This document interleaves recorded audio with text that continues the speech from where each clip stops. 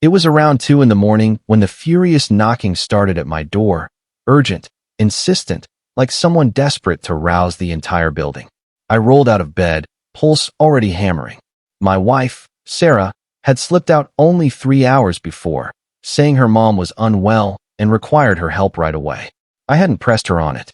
Why would I have doubted her? But when I swung the door open, there stood Carlos, the night security officer, soaked in perspiration, gasping as though he'd sprinted up every one of the 15 flights. "Ethan, is Sarah here with you?" His words broke at the end. I shook my head, confused.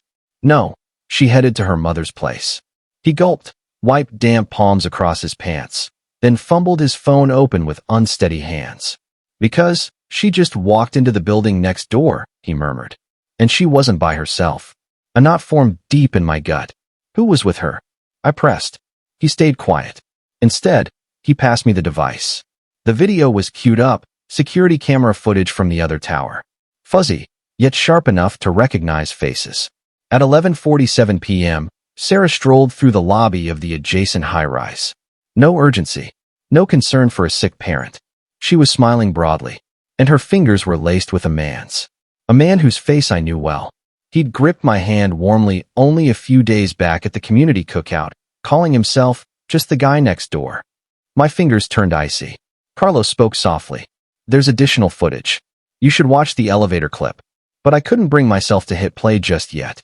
In that single still shot, her grin, his arm snug around her middle, I understood something harsh. This deception hadn't been improvised for a single evening. She'd practiced it. And whatever else the remaining recording held was about to shatter every certainty I'd held about our relationship. My thumb lingered above the screen. The clip ran short, perhaps 40 seconds, yet each one dragged like it was tearing away. Fragments of the existence I believed was solid. I tapped play at last. Sarah entered the elevator beside him, their hands still joined. Before the doors even met, she tilted toward him, easy, intimate, routine. He brushed her face gently, the gesture repeated countless times before. A cold weight sank through my core. The doors sealed. "You recognize him?" Carlos asked carefully. I gave a slow nod. "Yeah. He's up on the 17th floor." But that was only part of it. He wasn't merely some resident. He was Marcus Reed, the one who'd asked to borrow my ladder a month ago, the one who nodded hello each sunrise, the one who'd teased that I was fortunate to have such a thoughtful partner in Sarah. A harsh chuckle rose in my throat. Thoughtful? Sure. I gazed at the frozen image, her cheek against his shoulder, his palm sliding along her side with the ease of long habit, something no casual acquaintance should possess. "Should I alert anyone?" Carlos inquired, his tone unsteady. I hesitated. Not right now. I had to confirm one detail first. How far back did this go? I returned to the apartment, the quiet pressing in like a weight, and pulled open the wardrobe in our room. Her travel duffel was missing. Her signature scent too.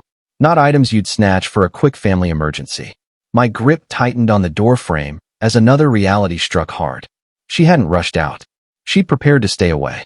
While I lingered there, my phone vibrated with an alert from the security system. 2:11 a.m.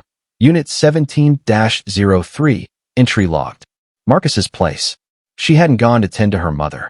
She was right above us with him, and I refused to sit until daylight to learn the rest.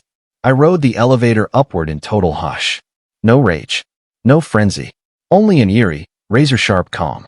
The sort that arrives uninvited when a piece of you finally breaks apart. The car chimed at the 17th.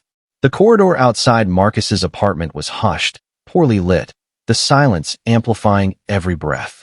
From behind his door came soft giggles. Her giggles. A sound I hadn't caught in ages. Not weary. Not forced. Genuine. My throat constricted. I drew nearer. Sarah's voice drifted out, gentle and affectionate. "Think he's catching on at all?" A beat. Marcus laughed low. "He pulls graveyard shifts, babe. He hardly notices when you're gone. That's exactly why it works." I went rigid. That's exactly why. For months I'd taken extra hours, building toward the dreams we'd discussed, shaping the stability she claimed to crave. Meanwhile, they'd exploited every gap my schedule created. My fingers curled tight. Inside, she spoke again, quieter. "I just hate the idea of him dropping by out of nowhere." Marcus answered, confident and smug. "He won't show. And if he does? What's he really going to accomplish? Another chuckle from him. Something fragile inside me fractured. I didn't pound on the wood. I didn't yell. I didn't collapse. I retreated a step. Truth requires proof, not volume. And tonight had made one thing crystal clear. I still hadn't grasped how deep their deception ran. Not by half. I moved to the stairwell, messaged Carlos. Preserve every frame from 10 p.m. onward. Nothing erased. His response pinged back fast. Done already. Perfect. This evening wasn't an isolated mess. It marked the beginning of something far larger. Descending the stairs, a nauseating insight landed. Sarah hadn't slowly faded from our vows. She'd exited deliberately, and what they were constructing wasn't merely romance. It was calculated. I skipped heading straight back. Instead, I sat in my vehicle, lights off, fingers digging into the wheel until they hurt. Their conversation echoed in my skull. Her tone tentative, almost remorseful. His arrogant, entertained, assured. Yet the real blow wasn't the disloyalty. It was the forethought, the careful coordination, the way she'd weaponized my routine into cover for a hidden existence. I pulled up the shared location data she'd once enabled willingly. No longer active. The pattern stunned me. 11 separate evenings. Confined to the past 4 weeks. Every one between 11 p.m. and 3 a.m. Every single one tracing to Marcus's tower. Habits reveal secrets. She'd built an alternate reality during the nights I spent helping others. And I'd missed it entirely because faith had blinded me. At 3:14 a.m. another text arrived. Sarah, still at Mom's. Her temperature finally dropped. Rest easy. Love you. I read it over and over. She typed affection while pressed against him. She wasn't shielding a parent. She was guarding her fabrication. A fabrication she'd counted on me never doubting. Until tonight. Now doubt was all I had. I returned home at a measured pace. Entering our bedroom. Her half of the mattress remained pristine. Pillow untouched. Covers flat. She was never meant to return here tonight. She was precisely where she'd arranged to be. Standing in the threshold at 3:37 a.m. Gazing at the emptiness she'd once filled, realization settled in. If lies came this smoothly, this assuredly, then the infidelity was merely the facade. Beneath lay intent. Motive. A deliberate selection of him over anyone else. I rifled through her dresser for anything foreign. Tucked behind folded cardigans, a spare cell phone. Concealed. Powered. Open. The opening text chilled me. Marcus, hold the course. No second thoughts. This went beyond romance. This was orchestration. The device overflowed. Overflowed with content no partnership should contain. Texts. Audio clips. Images. Schedules. Not affectionate notes. Not rendezvous plans. Tactical schedules. All dating back months. I perched on the mattress edge, scrolling, my pulse settling into a frigid rhythm. The kind that arrives when denial ends. Each exchange uncovered fragments I'd never suspected. Marcus, his overnight routine is ideal. Opens the perfect slot. Sarah, he's oblivious. Trusts completely. Never verifies. Marcus, excellent. Blind trust simplifies everything. My ribs squeezed. Then came the fold. That flipped the script, titled simply Phase 2. Her recordings trembled, yet focused. He's added more shifts. That accelerates the cash-out window. Caution is critical. Any slip and questions start. Once funds move, it's finished. Setup complete. Funds move. Cash out. Finished. Thoughts spun. I probed further. Files included banking captures, recipient details, outlines she'd meant to keep buried forever. Then the discovery. My personal checklist. Passport copy. Wedding certificate. Asset summaries. Policy details. Exemplars of my signature. All items necessary to seize and reroute my finances. Methodically gathered. Captured. Arranged. She hadn't intended to depart. She'd intended to supplant me. To wipe my name from my own resources. Marcus wasn't a paramour. He was a partner in crime. And Phase 2 neared execution. My fingers trembled, not with terror, with lucidity. Until tonight, I'd believed my union had crumbled. But these exchanges showed a graver loss.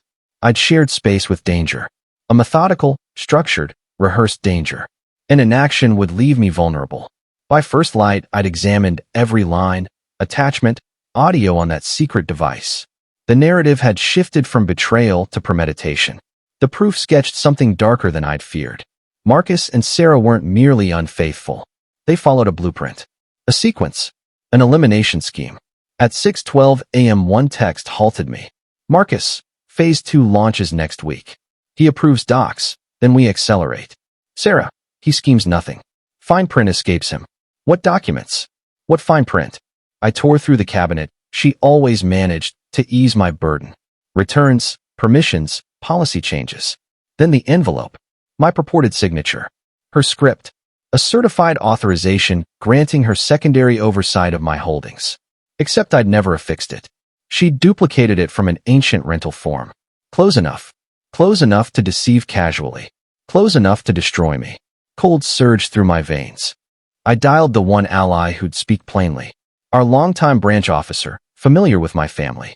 He picked up promptly. Ethan? Everything all right? It's barely dawn. I steadied myself. Any activity on my accounts lately? Silence. Then concern crept in. Funny you ask. Your wife lodged a large transfer yesterday. System caught an anomaly. Nothing processed yet. Did it clear? No.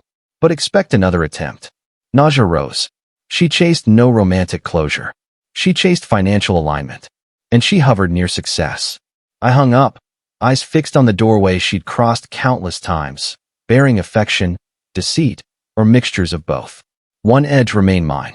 She assumed I remained ignorant. Time existed, but limited. Tonight, they'd reconvene. Tonight, they'd seal Phase 2. Tonight, I refused to hide. I'd observe. No call to her. No immediate accusation. I avoided even glancing at our shared bed. The day passed in meticulous arrangement. Not fury. Method. I duplicated every item, texts, media, records, to multiple secure backups. Sent packets to a reliable lawyer. Stored duplicates in a vault under my siblings' details. By dusk, the wound had evolved. No longer private pain. Now legally actionable. At 9:16 p.m. Sarah messaged. Mom's condition worsened. Staying over again. I studied the words, emotionless. No sorrow. No surprise. Merely validation. Effort had ceased. At 10:04 p.m. the concealed phone glowed. Marcus. Phase 2 executes tonight. Stay committed. He's reliable. Sarah. Committed. Door stays open. Open. My residence. My existence. My commitment. Left accessible like a trapdoor for theft. But they'd overlooked one detail. I stayed put. Lights extinguished. I positioned myself in the shadowed living room corner and waited. At 11:39 p.m. the rear entrance gave a faint latch sound. Steps. Light. Deliberate. Recognizable. Marcus. He navigated the hall with practiced ease, because practice had occurred. He paused at my workspace, extracted papers, began inserting files. My files. Collecting final elements for their scheme. Then her voice. Sarah entered after, hushed. Everything accounted for, he affirmed. Filed tomorrow, he forfeits control. Then, we're beyond reach. Beyond reach. Her whisper carried thrill, not dread. I shifted just far enough. Clever scheme. They stiffened. Marcus whirled. Sarah pivoted gradually, mind struggling to process. Motion lights flared, triggered by me. Her expression held no remorse. Only terror. Raw, immediate, absolute. Because comprehension arrived. I hadn't been ambushed. I'd monitored, recorded, strategized. Now the variable they'd ignored stood close, gazing directly into their scheme. Marcus paled instantly. Sarah followed, breath snagging as if the ground vanished. No motion, no words. They simply stared at the person they'd plotted to eliminate, now blocking their fabricated tomorrow. I kept my tone level. No menace. No contact. I merely raised the spare phone she'd concealed and set it on the surface between us. Phase 2. I stated evenly. Curious label for erasing a person financially. Sarah advanced, hand extended. Ethan, Stop, I interrupted. You rehearsed your script together. No ad-libbing. Marcus edged toward escape. Mistake. Two silhouettes entered from the rear. My counsel. A detective in civilian attire. Both prepped with full details. Sarah's legs gave way. Marcus muttered curses. The officer displayed paperwork. We've examined your submissions, Mr. Hayes. Forgery, identity theft, conspiracy to defraud, illegal account interference. Serious matters. Sarah's tone fractured. Ethan, please, it wasn't. I met her eyes, truly met them, and saw no familiar person. Only a stranger in familiar features. You didn't intend capture, I replied. That's the only part that matters. Cuffs clicked on Marcus first. Sarah next. No tears fell for affection. No tears for regret. Only for the failure of a future constructed on my downfall. As they led her away, she glanced back, seeking the forgiving husband of old. He no longer existed. I felt no revenge, no victory, only release. Utter, irreversible release. Dawn brought formal accusations. Her privileges terminated. My assets locked down. My identity restored. And in the tranquil early light of my living room, a sensation absent for months returned. Serenity. They'd failed to take it.